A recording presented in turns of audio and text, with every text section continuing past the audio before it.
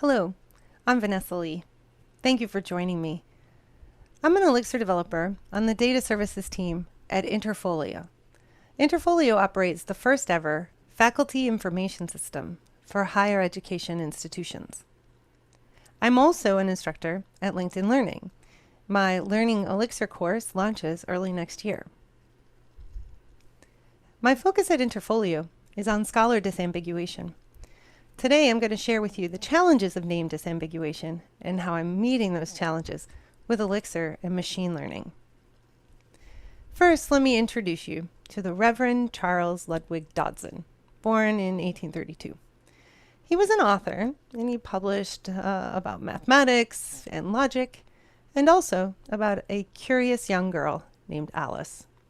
You probably know him by his pen name, Lewis Carroll. He derived this pen name by translating his name loosely into Latin, reversing the order, and then loosely translating them back into English. And he published under both names, which creates something of a riddle for those of us working in name disambiguation. Charles himself, though, unsurprisingly, left an unsolved riddle in Alice's Adventures in Wonderland. So yes, I'm here to talk about the riddle of name disambiguation, but let's warm up with Charles's unsolved riddle. The Hatter asks Alice, "Why is a raven like a writing desk?" And Charles never fully revealed the answer. He gave a hint in the foreword of a later edition, but never a solution. However, 2014, a woman offered one that's my personal favorite, and I'll share it with you. But let's stay on track with our name disambiguation. Identifying a real-world person based on the name appearing in a publication, it's a highly desirable feature, but a technically challenging problem. The ambiguity comes from homonymity, when multiple authors share the same name, and synonymity, when one author writes their name in multiple ways. So usually in my job, I have additional context, the discipline that the author publishes in, maybe the publication title, keywords, co-authors. Context helps immensely to disambiguate authors. But here today, we're going to zero in on the problem of synonymity. We'll focus on comparing one string with other strings and using Elixir to do it. Name disambiguation is a record linkage riddle. Record linkage is the process of linking records from one data source with another. And like Charles, record linkage is known by many names. We have fuzzy matching, name resolution, deduplication, but it's typically a two-step process. You have preprocessing and data matching. And within the data matching, it can be either deterministic or probabilistic. So deterministic record linkage makes links between entities based on the amount of identifiers that match among the sets of data, whereas probabilistic record linkage is fuzzier matching. It takes into account a wide range of identifiers, computes weights for those identifiers, and then uses those weights to calculate a probability of a match. And I do have opportunity to work with both. But the probabilistic record linkage in particular is going to provide us with a bridge to machine learning because it can be trained to perform well without human intervention, or at least as much human intervention. Let's take a quick look at the most common algorithms for fuzzy matching.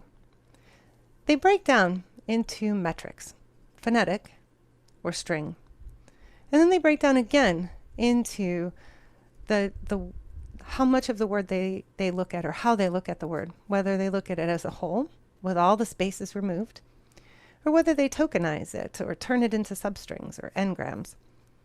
And the way that it turns out is that those that look at the string as a whole are really best for short strings, whereas those that tokenize or use substrings are best for sets. And names can be both. You can have short names, but usually have multiple words, a given name, middle name, family name. So it's best that we cover all of these.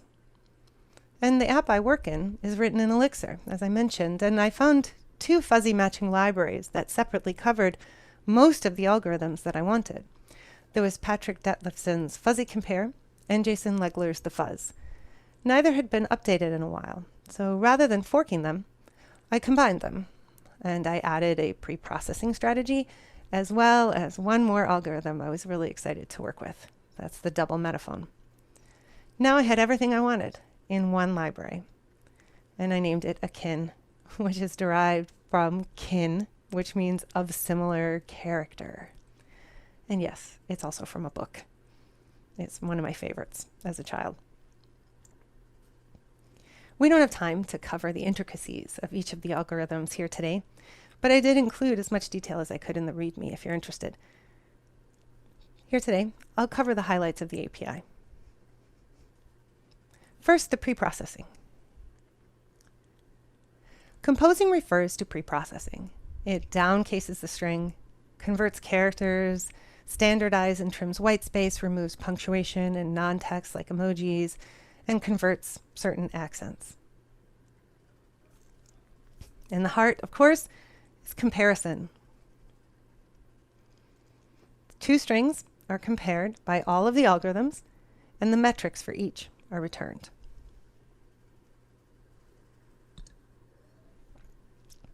You can also get a little fancy with some options.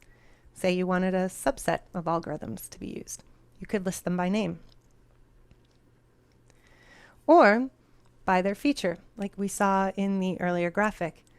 You can list which metric you would like, phonetic or string, and which unit, whole or partial. You could stem the strings before comparing them. Stemming reduces a word to its root, or its stem. So here, write and writing share the same stem, and therefore are a perfect match. And now, our riddle, comparing names. There are two functions for comparing names, and they use all of the algorithms, in addition to some deterministic rules for initials, and we will see why in just a moment. Remember the problem we started with? Synonymity? Well, here is Alice P. Little, the Alice. And I've searched for her in a source of publications. My return values are publications, and each publication has a list of authors. Some of these authors appear to be her. Some, it's a little more uncertain. So here, for Alice Pleasance Little, with her middle name spelled out, we get a few high scores, but it's interesting to note that the low scores belong to the algorithms that look at the string as a whole, because there are several characters different between P and the word pleasance. Initially, initials were a problem. Some major sources for publications, like PubMed, predominantly use initials. And this was the initial reason for another comparison module separate for names. So I can give weight to names where the initials match, as in this example.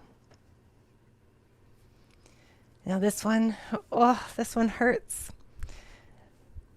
Here we have something that our non-machine learning eyes our non-machine eyes can look at and say, that is not the same person. It's a different middle name, a different last name.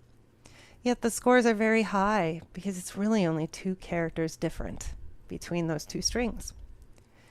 But this is what brought me to machine learning. I was wondering if machine learning could have a broader view of the problem and help me find some solutions. Remember Charles? As a mathematician, he worked primarily in linear and matrix algebra. So, where his curious pen name gave us a gateway into discussing name disambiguation, now his focus in mathematics offers an equally elegant gateway into discussing machine learning. In data science, scientists have been trying really hard to use machine learning to solve the problem of name disambiguation, so it's only logical that we give it a try too. And just as a full disclosure, what you're about to witness is a learning experience. I stumbled and muddled through and had a lot of fun doing it. I used two methods, numerical Elixir with Axon and Tangram with its Elixir library. NX is a multi-dimensional tensors library for Elixir. Axon is an NX-powered neural network library for Elixir. I focused mostly or relied most heavily on the model creation and model training. Tangram, on the other hand, is a tool with the goal of making it very easy for programmers to do a lot of the aspects of machine learning, the training, the deploying, and the monitoring. And you can make predictions with one of their libraries for many different languages, including Elixir. In order to train a model, you have to have a data set. So I had two data sets, a very large data set for training and testing, and a smaller data set I used for running actual predictions. The training data came from DBLP, which is a bibliographic data set with information from computer science journals and computer science proceedings. Let's look at an example to understand these columns. So what we have is 4 columns. The first column represents whether or not the authors are the same entity. The second column is whether or not they have the same name. And then we have author name 1 and author name 2. The first row, they are not the same entity, and they do not have the same name, an obvious non-match. The second is the opposite, same entity and the same name. Now the third row represents homonymity. It is not the same entity, but the same name. And that's not a problem I was setting out to solve. So I extracted those types, those rows, from the data set. The last two, those are synonymity problems. It's where I have the same entity, different names. So 2 authors with different spellings of their last name. For the prediction data, the smaller data set, I used ORCID. ORCID is the Open Researcher and Contributor ID. That's meant to be a unique persistent identifier for researchers. They have to maintain it, request it, and associate it with their publications.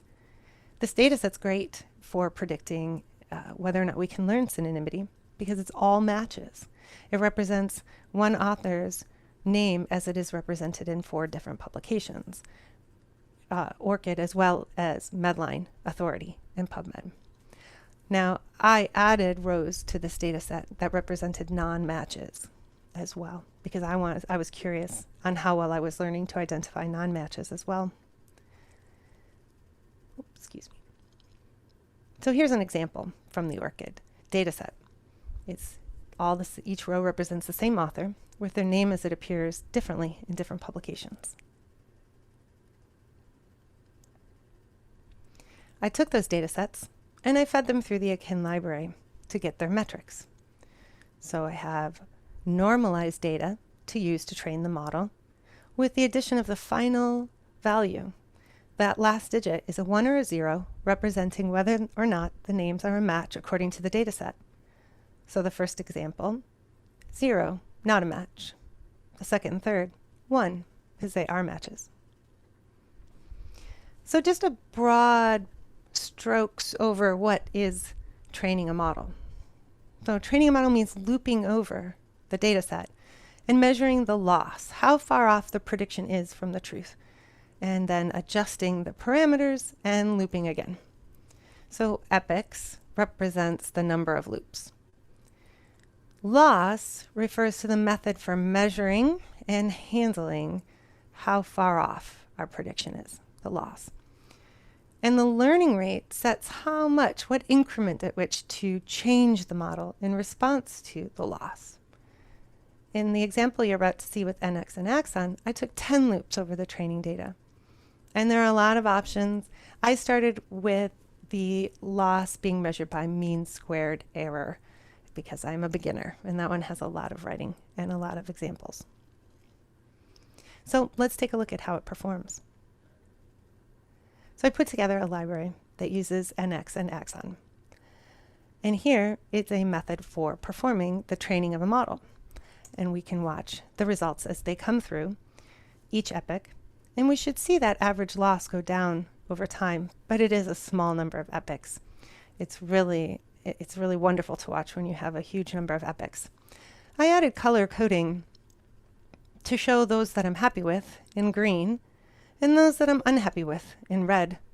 And so here, for example, this is meant to be an actual match, but the prediction is a little lower than I would like. And so I would use these to refine the model, possibly change the features I'm sending, and run it through again with more epochs, or maybe even in a larger data set. But I could use these figures to do some reporting, create some graphics. But that's a good segue for Tangram, because it does some of that for us. So as long as I have the Tangram app running, I can train a model. And so I tell Tangram to train using the same data set and giving it the outcome column, which is that 1 or 0 in the final position. And so here it gives us some nice feedback right away to tell us that it's computing the features and training different types of models to find the best model for the situation that we have in our data set. And has a cute little train icon, and it will find the best model to use. And when it does, it will write that model to a location that we can then use to run some predictions. So let's do that next. So we'll run some predictions, and we get some feedback very similar to NX, which is going to give us a probability of whether or not this is a match or not a match. And I have some ready within the Tangram app for us to look at. So we can look at an overview of our model to begin with. How many rows were in the data set and how many were used for training. And we can look at the accuracy and the precision, the recall, how quickly the loss fell, and what features were important and ended up being influential. And we can notice that the double metaphone and metaphone are down here, not so influential. And then when we run some predictions, we can look at them here. And we can see whether or not they were a match according to the model. And we can drill down and look and see what values they got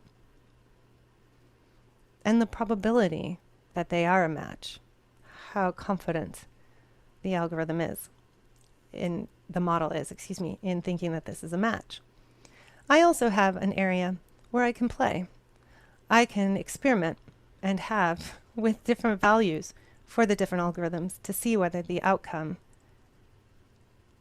is what I expect it to be. Is it a match? And how probable is that match? And in particular, I'm trying to figure out the right way to ask the model to predict a match, giving weight to initials. I haven't figured out the perfect solution yet for the problem I'm trying to solve, so I'm continuing to experiment. And Tangram makes it really easy to do it quickly and with easy to read reporting and a playground to use to experiment.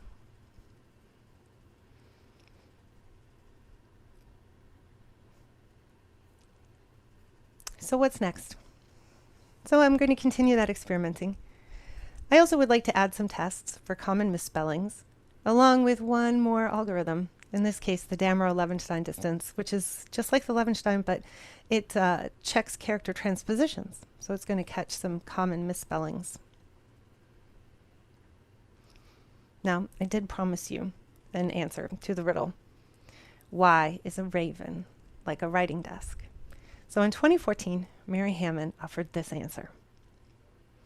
A raven is never backwards, and a writing desk is always forwards. Thank you so much for joining me today. I also want to offer some thanks to SeatGeek.com, which has some wonderful articles on fuzzy matching, and Dr. Teeth for his post on Elixir, NX, and Axon. It's a great way to launch my learning. And then we have the Fuzz and Fuzzy Compare, the two libraries that were original string matching fuzzy compares for strings in Elixir. And I attended several of the machine learning math webinars offered by Groxio. So thank you to Bruce and Maggie Tate. And again, thank you all for being here today. And I hope you're having a wonderful time at the conference.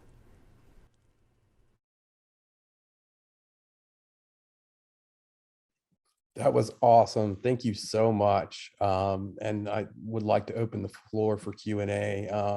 So if people have questions that they would like to ask Vanessa, go ahead and put them up in Wovo.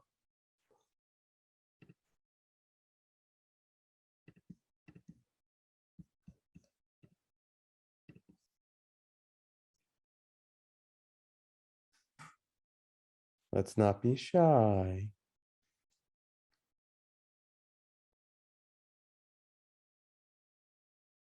We can warm up with it. Anyone else have a different answer to the riddle?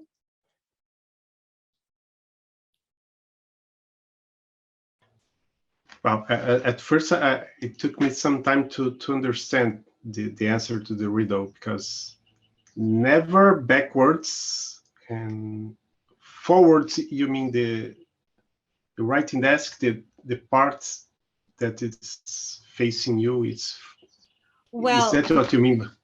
I think she meant writing desk is for words.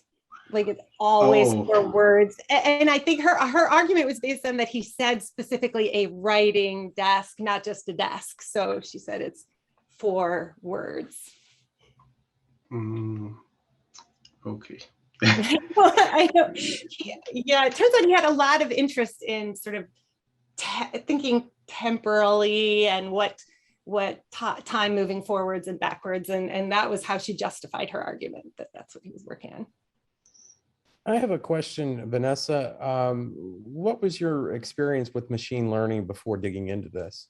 None, zero. So this is where I started. And it got to the point where, sometimes a problem just leads you to where your head is sore from being, banged against the wall so often, where I was just really got to the point where I was changing my deterministic decision tree, the one I was sort of writing by hand, giving priority to different algorithms. And it felt like I went in a complete circle, like changing the order, changing again, to ending up where I started. And so it's like, I'm desperate enough to just go learn something new and see if I can't get a better perspective. And it immediately was helpful in telling me, okay, even if I stick with my decision tree, which at the moment is what's still in production, the machine learning is being tested, is that it helped me to order that deterministic decision tree, right? Because of the way the features were sort of, there was a consistency to the importance they had in different matches and non-matches. So that was helpful. And it's proving really helpful for experimenting with how best to give weight to matching initials. And that is the thorn in my side at the moment. Thank you for answering that. I've been dying to get going with NX and Axon, and having not had any kind of background in machine learning, I was, terribly curious, what the learning curve there was.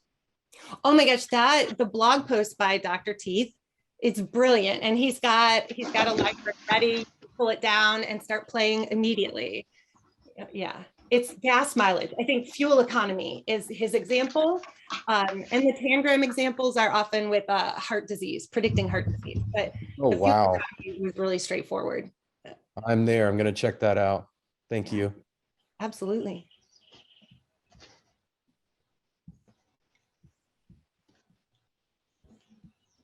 Let's see. We have a few questions in Q&A now. Is model, this one's from Getty.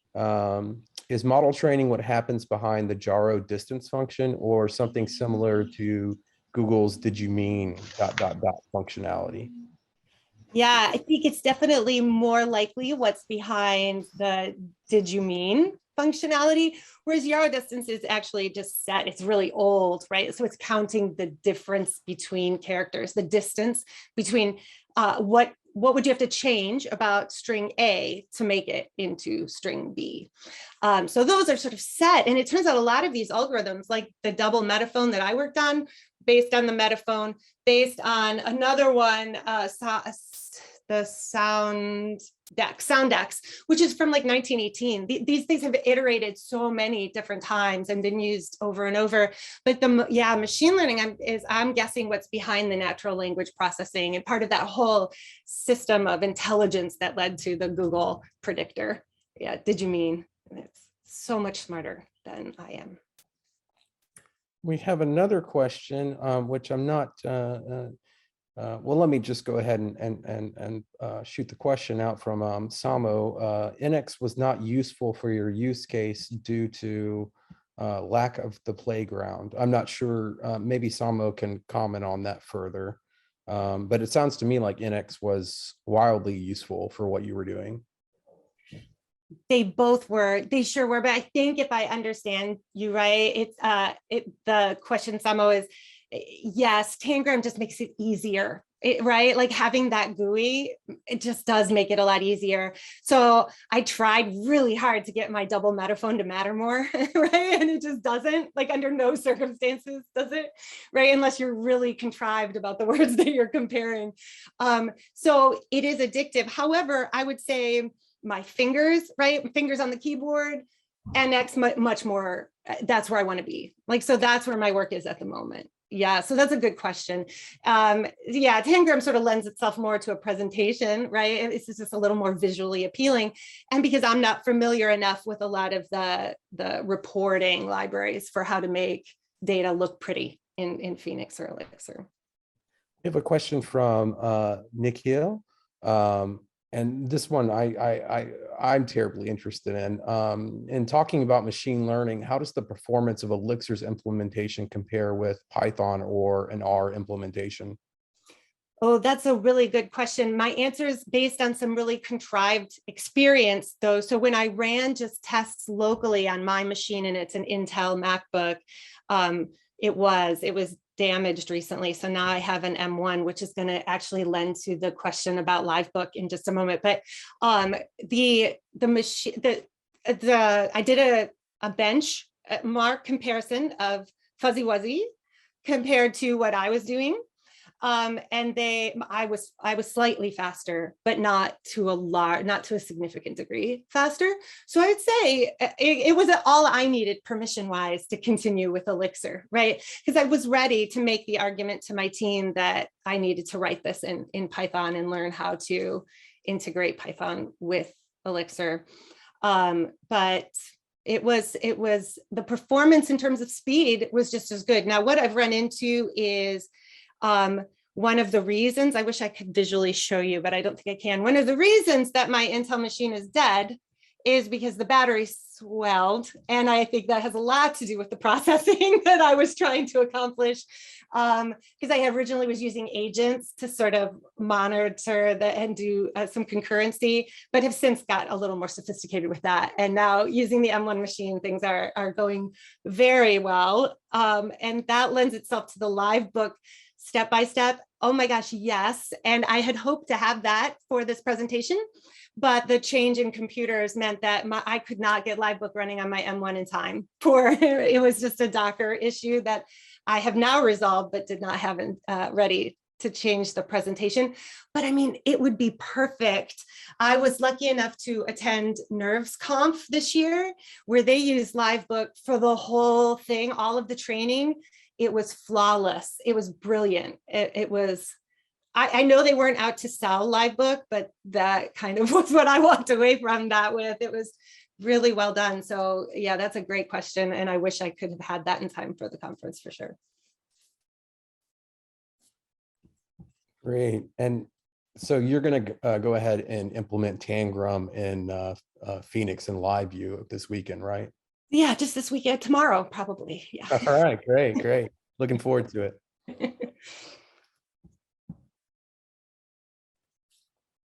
What is your background in mathematics? That, is it, do you have a strong background in mathematics?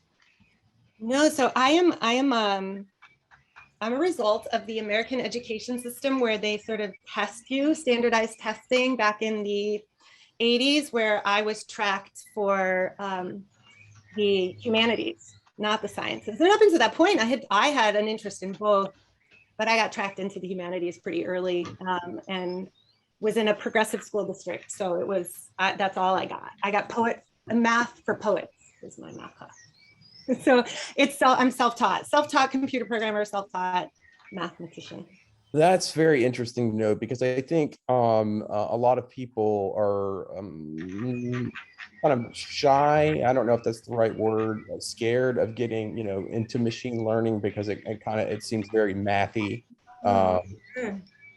Okay, yeah, no, I would agree with that. And I did experience that. That's a really good point.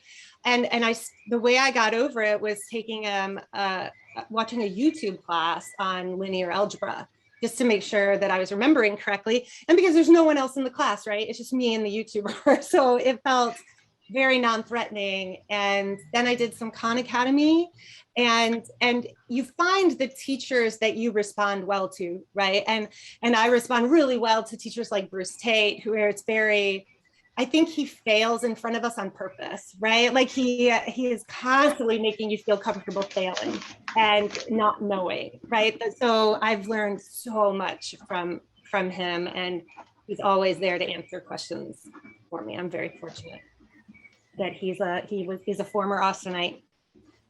I did not know that. Today I learned. Yeah, we are lucky. Yeah, I want to add something onto what you just said. Yeah, on allowing Bruce, allowing you to make mistakes. There's a class on NX that you normally attend for Bruce, and how he does it is amazing. He asks a question and tells you, if you don't know the answer, first of all, say you don't know, and you get 1 point. Then if you give an answer that is wrong, you get another point. If you give an answer that is right, you get 2 points. Ah, I love it. That is brilliant. Oh, Yeah, that was amazing. So motivating. Love that. Yeah, you feel safe. I felt safe making guesses in his class, even in front of people that I assumed were much better at mathematics than me. So that says something, right? I did not mind failing.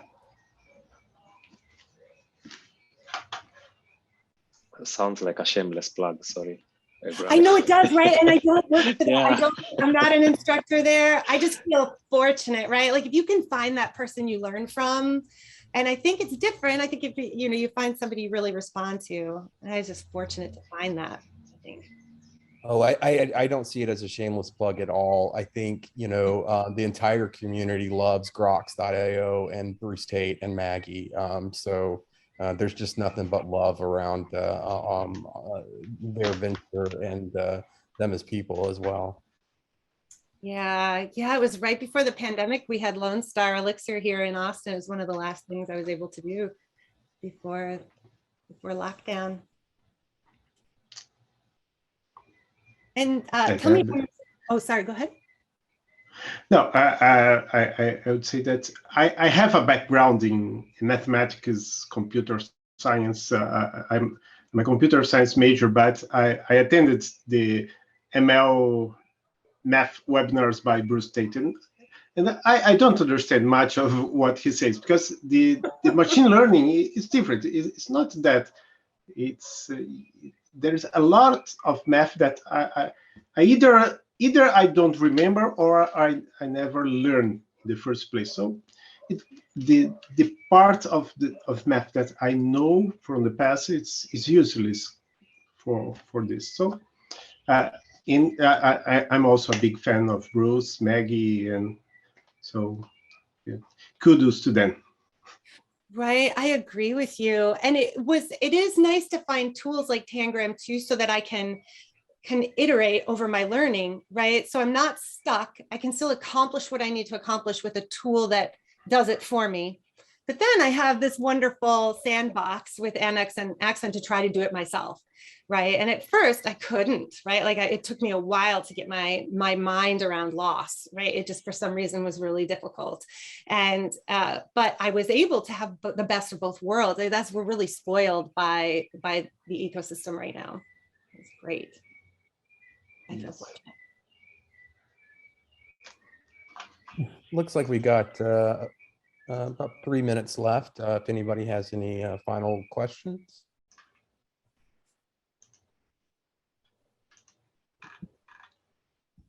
Don't be shy. I know I was gonna say, Sigu, tell me if I'm mispronouncing your name. Did I answer your question appropriately? Did I cover what you were asking? Oh yeah, it was about having a step-by-step guide because the talk was awesome, and I realized that Livebook is a good way of doing exactly what the speaker is talking about, but just clicking a button and seeing the result. Oh, right. Yeah, so Jupyter. Yeah, like the Jupyter notebooks. It's so, yeah, you're spot on. It's affirming to hear you say that, because I was thinking the same thing. Just need to get it. Yeah, you mentioned their name right. No one gets it wrong. Oh, well, that's good. I can bungle names. And it's funny that I work in name disambiguation and can never remember names. So there's irony in there somewhere.